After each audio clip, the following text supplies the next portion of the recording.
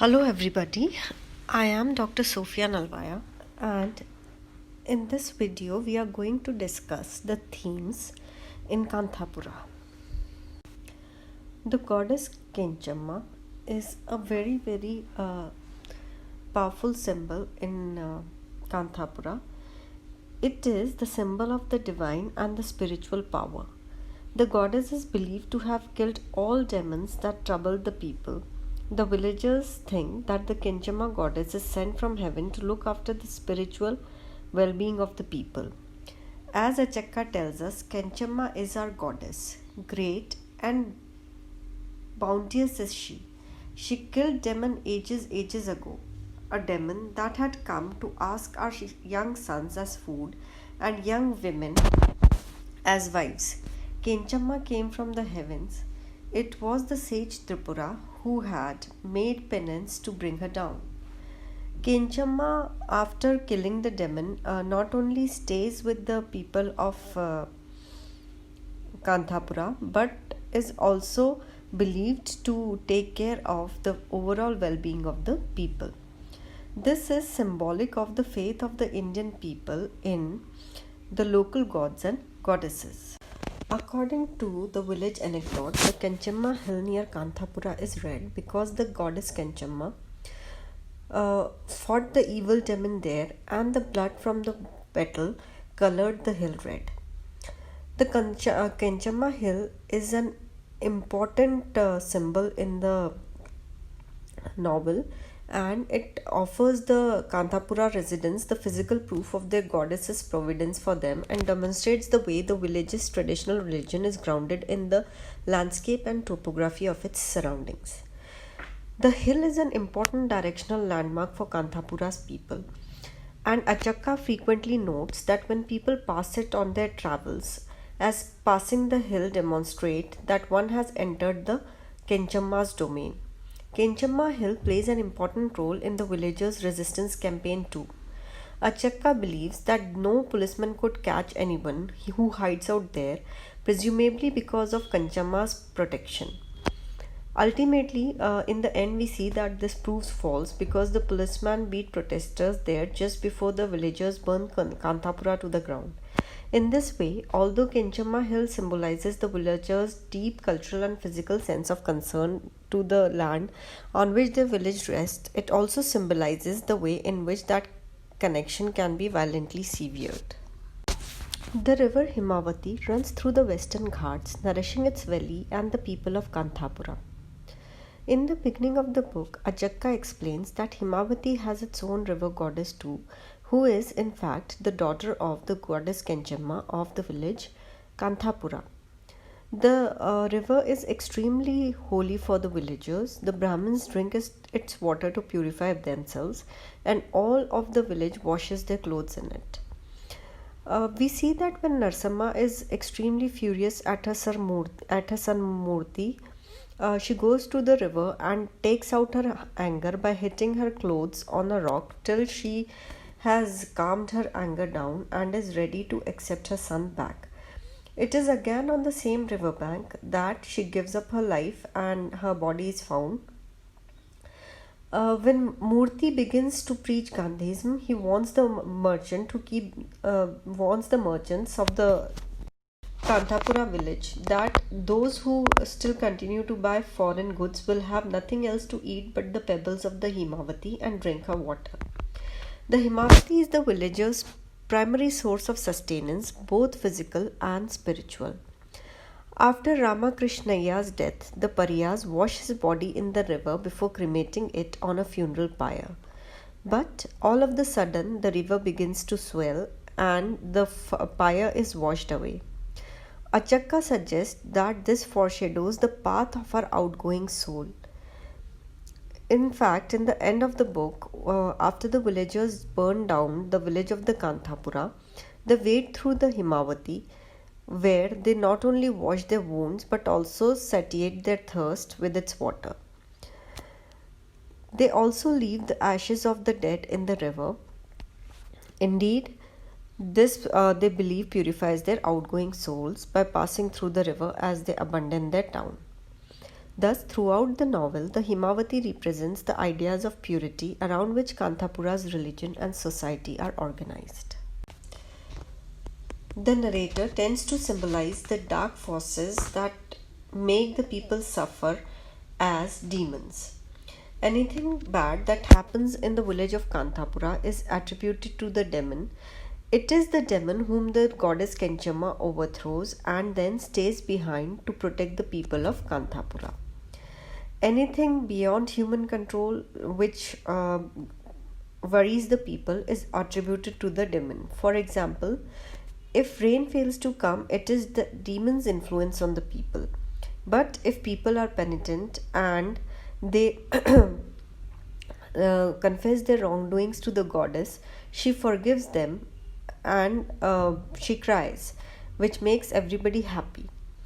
The demon is thus any is personified as any person or agency which tries to disrupt the congenial setting of Kanthapura. Hence, the British Empire is also symbolized as the demon and Gandhiji as the god who's trying to protect Sita or the country India. Smallpox is used by the author as a sign of bad omen in the village of Kanthapura. In order to keep themselves safe from the bad omens, the villagers offer sacrifices to the goddess, who in turn ensures that their children do not die from any kind of disease. The goddess Kenchamma never fails her people except for individual cases like the widow of Satamma and Dhirapada's nephew who is drunkard, and in fact it is we can say that the passing away of these individuals is taken as a punishment for their wrongdoing or drinking by the goddess upon their families. The people of Kanthapura preserve the first produce, fruits or rice or anything else of the season as an offering to the goddess Kenchamma. This kind of gesture is quite similar to the Old Testament of the Bible, where the faithful offered their first child as well as harvest to God as a sacrifice.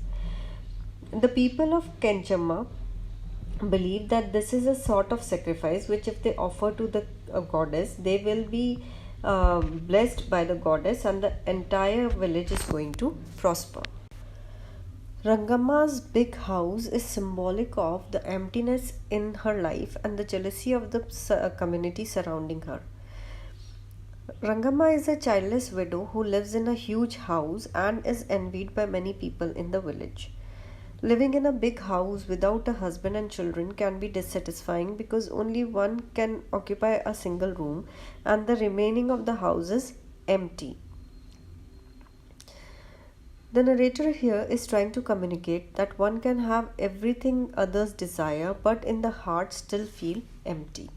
The Skeffington Coffee Estate is positioned next to Kanthapura. It represents the other side of the British colonial rule, the ruthless yet efficient oversight that exploits the locals and treats them as more or less non-humans. The conflict between Kanthapura and Skeffington is the representative of the ultimate flashpoint of the conflict between Gandhi and the imperial government. The village of Kanthapura is itself a symbol of the living microcosm of India's colonial system and political climate. It is divided into quarters. The caste system is represented by the village's layout, where the different castes are allotted different quarters of the village. The colonial government, represented by the character of Bhatta, demonstrate the use of official power to exert control. The more benevolent side of British rule is represented in the form of Patel Range Gowda, which is swept away when the village begins to rebel. Bade Khan's intrusion represents the outside world creeping its way into Kanthapura for the first time. The plot of the story is laid in an imaginary village which is surrounded by other imaginary villages. In this novel, Rajarao makes the narrative in the form of Sthala Purana and an old lady is the narrator of the story. Rajarau's Kanthapura is based on the patterns of Ramayana. The way in which Ramayana is narrated by sage Valmiki, Achakka is the narrator and commentator. She compares Gandhi with Rama, India with Sita. Gandhiji is symbolized as the god Rama. His going to England is compared to Rama's exile, and Indians are consulted with Bharat. Like Ayodhya, Kanthapura is caste-ridden village which is away from the modern ways of living. As Sita is captured and tortured by Ravana, in the same way, India is captured and looted by the British rule. Like Rama's rescue of Sita, Gandhi also struggles to free India from British. In Ramayana, Rama had waged war against Ravan. Similarly, in Kanthapura, Gandhi wages war against the British. One way between Rama and Ravan leads to a number of deaths. Similarly, when the people of Kanthapura wage war against the British, a number of them are wounded, jailed, tortured, and killed mercilessly. As Ram liberates Sita from Ravan, Gandhi liberates India from British and brings Swaraj. Hence, in a sense, the novelist has described the same old mythical story of Ramayana in a new way. Although the characters are changed, yet the story is the same. More than once, we come across various comparisons between Murti and Gandhi in Kanthapura. The people of Kanthapura give the status of God to Gandhi after learning about his life and facts. Murti is considered to be an avatar of Gandhi to the people of Kanthapura. The people find spirituality in Gandhi as well as in Murti and blindly accept his advice. Hence, in spite of being a political novel, Kanthapura is filled with myths and blind faiths, and such myths and blind faiths are prevalent in all the villages of India, and hence Kanthapura is all in all a representation of India on the wider front. It represents India's struggle for independence against the British rule and the impact of the Gandhian philosophy on and thought on the thinking and life of the simple people of India, even in not only in cities and towns but also in the most remotest villages like Kanthapura.